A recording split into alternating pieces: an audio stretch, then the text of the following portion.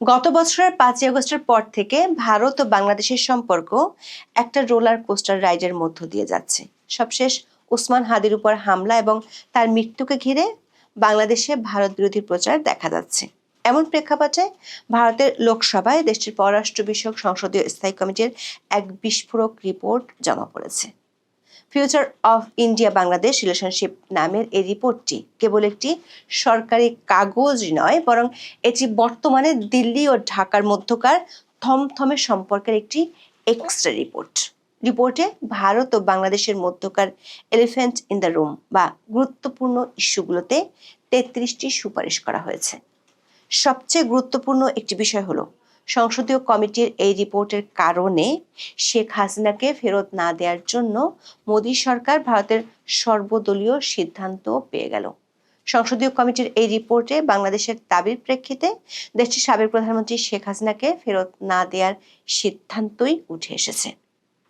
ভারতীয় গণমাধ্যমগুলো বলছে, কমিটির এমন অভিমতের ফলে শেখ হাসিনাকে ভারতে আশ্রয় দেওয়ার সিদ্ধান্ত এখন শুধু আর ভারত সরকারের বিষয় রইল না, বরং এই রিপোর্টের ফলে ভারতের সংসদে প্রতিনিধিত্বকারী সব দলই মোদী সরকারের সিদ্ধান্তের পক্ষেই কথা বলল।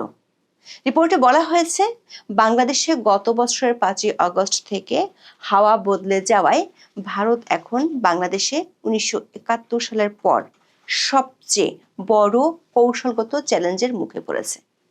বাংলাদেশের জেনজিকে বাগে আনতে বেশ কিছু কৌশলে সুপারিশও করা হয়েছে। আর এই হাওয়া বদলের কারণে ভারত ও বাংলাদেশের সম্পর্কের মাঝখানে এখন তৃতীয় এবং চতুর্থ পক্ষ হিসেবে হাজির হয়েছে পাকিস্তান ও চীন। বাংলাদেশে এই দুই দেশের সামরিক তৎপরতার উপর কড়া নজর রাখার কথা বলা হয়েছে প্রতিবেদনে। বিস্তারিত জানতে চলুন যাওয়া যাক বিশ্লেষণে।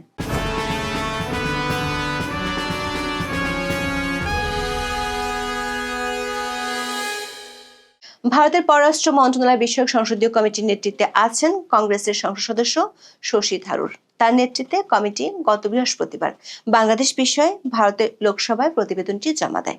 রিপোর্টে দিল্লিকে 33টি সুপারিশ দেওয়া হয়েছে। এর মধ্যে কূটনীতির ভাষায় এলিফ্যান্ট ইন দ্য রুম বা আসল একটি ইস্যু হলো বাংলাদেশের সাবেক প্রধানমন্ত্রী শেখ হাসিনা। গত বছরের 5ই আগস্ট বাংলাদেশ ছেড়ে শেখ হাসিনা ভারতে আশ্রয় নেন। তারপর থেকে দুই দেশের মধ্যকার সম্পর্কের টানাপোড়েনের ক্ষেত্রে এটি সবচেয়ে আলোচিত ইস্যু। বাংলাদেশের পক্ষ থেকে শেখ হাসিনাকে ফেরত চেয়ে 2 দফা নোট ভার্বাল দেওয়া হয়েছে। তবে বাংলাদেশের পররাষ্ট্র মন্ত্রণালয়ের ভাষ্য হলো, এখনো পর্যন্ত ভারতের পক্ষ থেকে তেমন কোনো সন্তোষজনক আনুষ্ঠানিক জবাব বাংলাদেশ পায়নি। এমন প্রেক্ষাপটে ভারতীয় সংসদীয় কমিটির রিপোর্টটি শেখ হাসিনা সম্পর্কে কি বলছে তা বেশ গুরুত্বপূর্ণ।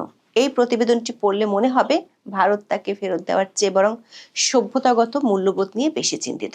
ভারতীয় গণমাধ্যমগুলো বলছে, শেখ হাসিনাকে ভারতে আশ্রয় দেওয়ার সিদ্ধান্তে ফের সিলমোহর দিল এই কমিটি। শেখ হাসিনাকে ভারতে আশ্রয় দেওয়ার সিদ্ধান্তে প্রথমে দেশটির সংসদ, তারপর পররাষ্ট্র মন্ত্রণালয়ের সংসদীয় কমিটি আগেই সায় দিয়েছিল। কিন্তু নতুন বাস্তবতায় বৃহস্পতিবার সংসদীয় কমিটি আবারও ভারত সরকারের সিদ্ধান্তকে সমর্থন করেছে। প্রতিবেদনে বলা হয়েছে, শেখ হাসিনাকে আশ্রয় দেওয়াটা ভারতের সভ্যতাগত আদর্শ এবং মানবিক ঐতিহ্যের অংশ। তার মানে হলো, মেহমানকে বিপদকালে দরজা দেখিয়ে বের করে দেয়া ভারতের সংস্কৃতিতে নেই। এমনকি শশী থারুর শেখ হাসিনার মৃত্যুদণ্ড হওয়ার বিষয়টিকে অত্যন্ত উদ্বেগজনক এবং অপ্রীতিকর বলে মন্তব্য করেছেন। দ্য ওয়ালের খবরে বলা হয়েছে, সংসদীয় কমিটির এই অভিমত শেখ হাসিনা এবং আওয়ামী লীগের জন্য বাড়তি স্বস্তির কারণ বলে মনে করছে ওয়াকিবহল মহল। গত মাসে শেখ হাসিনাকে বাংলাদেশের ট্রাইব্যুনাল মৃত্যুদণ্ড দেওয়ার পর বাংলাদেশের অন্তর্বর্তী সরকার সাবেক প্রধানমন্ত্রীকে ফেরত পাঠানোর জন্য বারে বারে তাগাদা দিচ্ছে। বাংলাদেশ সরকারের পাঠানো কূটনৈতিক চিঠির প্রাপ্তি স্বীকার করলেও ভারত এখনো পর্যন্ত এর জবাব দেয়নি। এর মধ্যে ভারতের পররাষ্ট্রমন্ত্রী এস জয়শঙ্কর দিল্লিতে এক অনুষ্ঠানে শেখ হাসিনাকে ফেরত দেওয়ার প্রসঙ্গে ভারত সরকার অবস্থান স্পষ্ট করেন। তিনি বলেন, বাংলাদেশের সাবেক প্রধানমন্ত্রী কবে দেশে ফিরবেন সেটা তার একক সিদ্ধান্ত। ভারত সরকার এই ব্যাপারে কোনো সিদ্ধান্ত নেবে না। বিদেশমন্ত্রীর এই বক্তব্যে স্পষ্ট হয়ে গিয়েছিল, শেখ হাসিনাকে ফেরাতে কোনোভাবেই রাজি নয় ভারত সরকার। তবে ভারতীয় গণমাধ্যমগুলো বলছে দেশটির পররাষ্ট্র মন্ত্রণালয়ের সংসদীয় কমিটির সিদ্ধান্তের গুরুত্ব ও তাৎপর্য অনেক বেশি।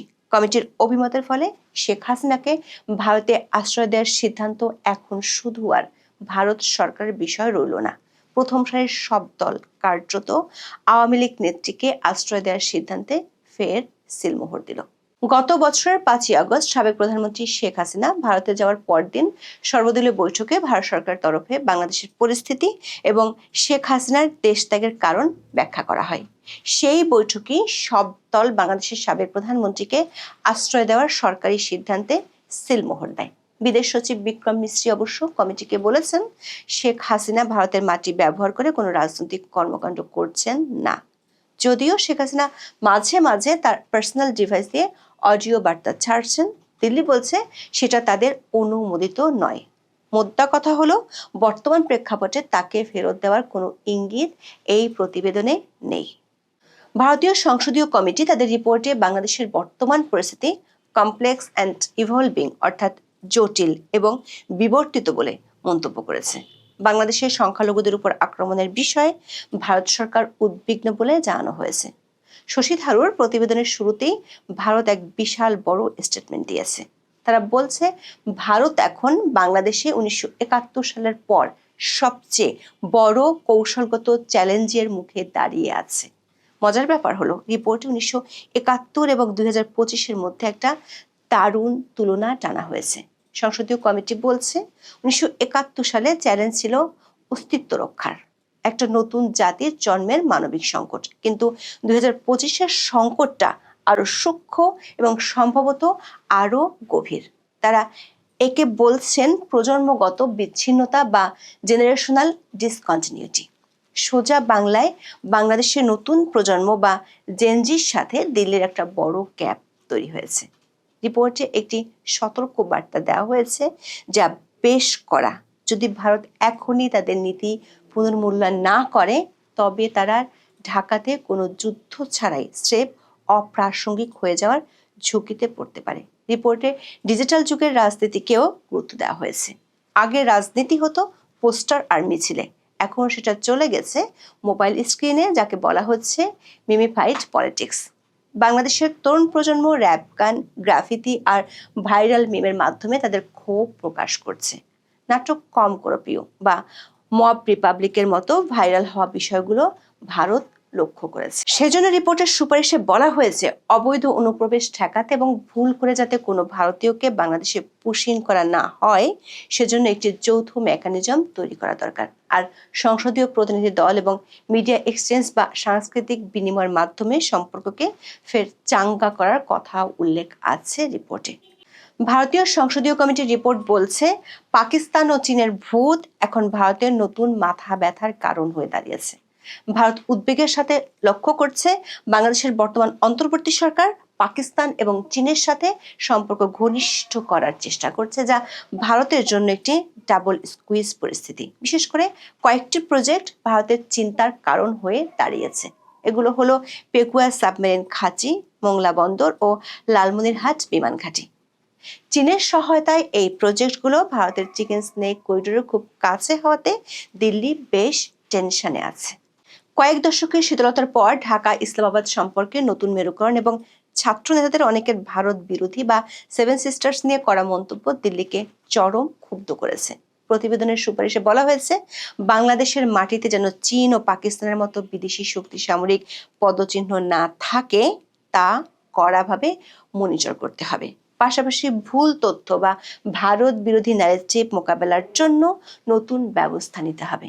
দর্শক, ভারতের এই রিপোর্ট থেকে একটা বিষয় পরিষ্কার, তারা বাংলাদেশ ইস্যুতে নতুন কৌশলগত পথে হাঁটা শুরু করেছে। কারণ হাওয়া বদলেছে। একদিকে ভারত শেখ হাসিনাকে ফেরত না দেওয়ার সর্বসম্মত সিদ্ধান্ত নিয়েছে, আবার ঢাকার নতুন শক্তির সাথেও মানিয়ে নেওয়ার চেষ্টা করছে। সম্পর্কের এই ঘোলাটে পানিতে পাকিস্তান ও চীন তাদের বড় বড় জাল ফেলছে, যা দেখে দিল্লির টেনশন বাড়ছে।